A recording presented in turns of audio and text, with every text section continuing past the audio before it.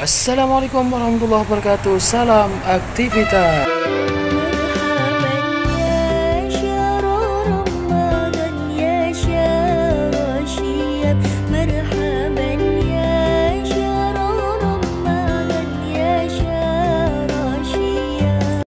Assalamualaikum warahmatullahi wabarakatuh.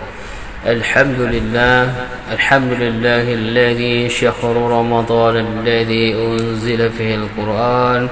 Asyhadu an la ilaha illallah wahdahu la syarika lah wa asyhadu anna sayyidana wa nabiyyana Muhammadin wa ala alihi wa sahbihi ajma'in. Qala ta'ala fil kitabihil karim. A'udzu billahi minasy syaithanir rajim. Ya ayyuhalladzina amanu kutiba alaikumus shiyam kama kutiba alal ladzina min qablikum la'allakum tattaqun. Hadirin kaum muslimin yang dimuliakan oleh Allah Subhanahu wa taala, puji syukur kepada Allah, selawat dan salam kepada baginda Rasulullah sallallahu alaihi wasallam. Kita mohon dan bermunajat kepada Allah, apapun yang kita laksanakan di dalam bulan Ramadan ini selalu diberikan pahala oleh Allah Subhanahu wa taala. Hadirin rahimakumullah, Abu Hurairah radhiyallahu an berkata, Rasulullah sallallahu alaihi wasallam bersabda yang artinya, apabila datang bulan Ramadan, pintu-pintu syurga dibuka, pintu-pintu neraka ditutup dan setan pun dibelenggu. Hadis riwayat Muslim. Dari sabda Nabi Muhammad sallallahu alaihi wasallam tersebut, tentunya kita menyadari betapa pentingnya bulan Ramadan. Oleh karena itu, dalam kultum puasa kali ini akan kita bahas tentang orang-orang yang tidak mendapatkan berkah dan malah merugi saat bulan Ramadan datang. Seperti Nabi sallallahu alaihi wasallam bersabda yang artinya, betapa banyak orang berpuasa namun tidak mendapatkan apa-apa selain lapar, dan beberapa banyak orang solat di tengah malam tidak mendapatkan apa-apa selain bergadang. Hadis riwayat Nasai. Hal ini menandakan bahawa hukum puasa Ramadan tentang orang-orang yang merugi di bulan Ramadan ini sangat penting dan berguna bagi umat Islam. Jangan sampai kita menahan lapar dan tidak mendapatkan pahala apa-apa. Hadirin kaum muslimin rahimakumullah, orang-orang yang merugi di bulan Ramadan antara lain adalah: satu, orang yang puasa hanya mendapatkan lapar dan haus. Orang yang puasa hanya mendapatkan lapar dan haus adalah orang-orang yang pahala puasanya telah hilang. Hal ini karena mereka melakukan hal-hal seperti berdusta, mengunjing, serta melihat aurat lawan jenis dengan hawa nafsu. Di mana hal-hal tersebut adalah beberapa contoh perbuatan yang menghilangkan puasa. Berapa banyak orang berpuasa namun tidak mendapatkan dari puasanya tersebut kecuali rasa lapar dan dahaga. Hadis riwayat At-Tabrani. Pada kesempatan yang berbahagia ini mengajak kita untuk memanfaatkan datang bulan Ramadan sebaik mungkin untuk menabung pahala sebanyak-banyaknya. Karena bulan Ramadan ini menawarkan banyak sekali kebaikan-kebaikan yang harus kita lakukan untuk mencapai ketakwaan kepada Allah Subhanahu wa taala. Yang kedua yang berbahagia, orang yang tak mengikuti tarawih sampai selesai. Sering sekali kita melihat ada orang yang sudah keluar sebelum salat tarawih selesai. Orang yang tidak mengikuti tarawih sampai selesai tersebut menjadi salah satu bahasan kultum puasa kali ini.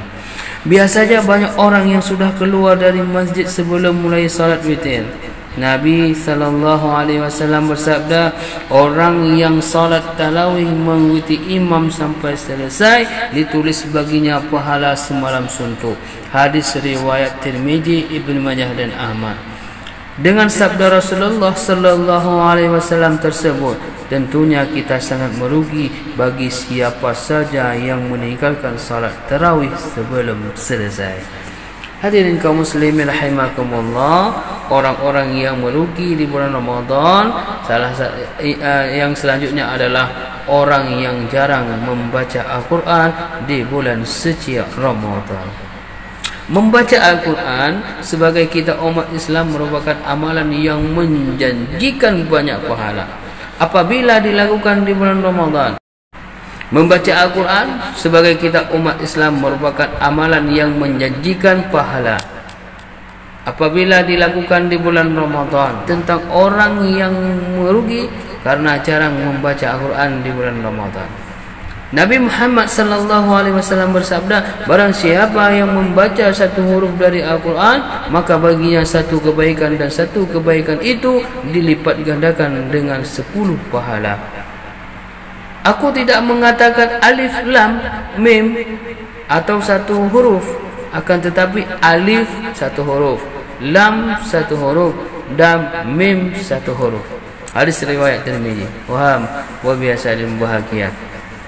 Dari sabda Rasulullah tersebut kita bisa melihat betapa besarnya pahala yang kita dapatkan bila membaca Al-Quran satu bulan Ramadan.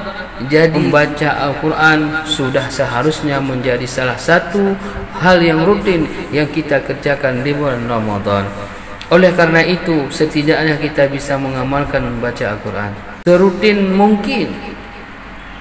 Banyak juga orang yang membuat target mengkhatamkan Al-Quran di bulan Ramadan. Kamu bisa membaca Al-Quran setelah selesai berbuka puasa, setelah tarawih, serta menjelang imsak. Hadirin yang rahimakumullah, yang selanjutnya adalah yang keempat, orang yang tidak menjaga solat. Solat adalah tiang agama. Jadi solat adalah amalan terpenting bagi seorang umat Islam. Tentunya tidak hanya di bulan Ramadan saja kita diwajibkan untuk solat, tetapi setiap hari dengan tidak terkecuali.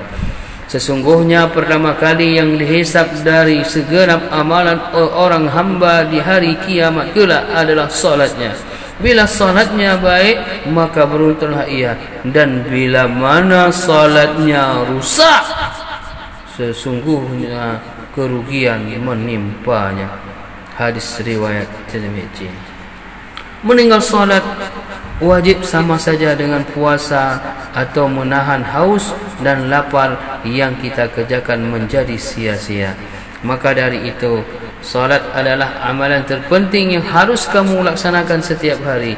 Itulah kultum singkat puasa tentang orang-orang yang merugi di bulan Ramadan. Semoga kita tidak termasuk ke dalam bagian orang yang merugi tersebut dan senantiasa menjadi pribadi yang menjaga ibadahnya.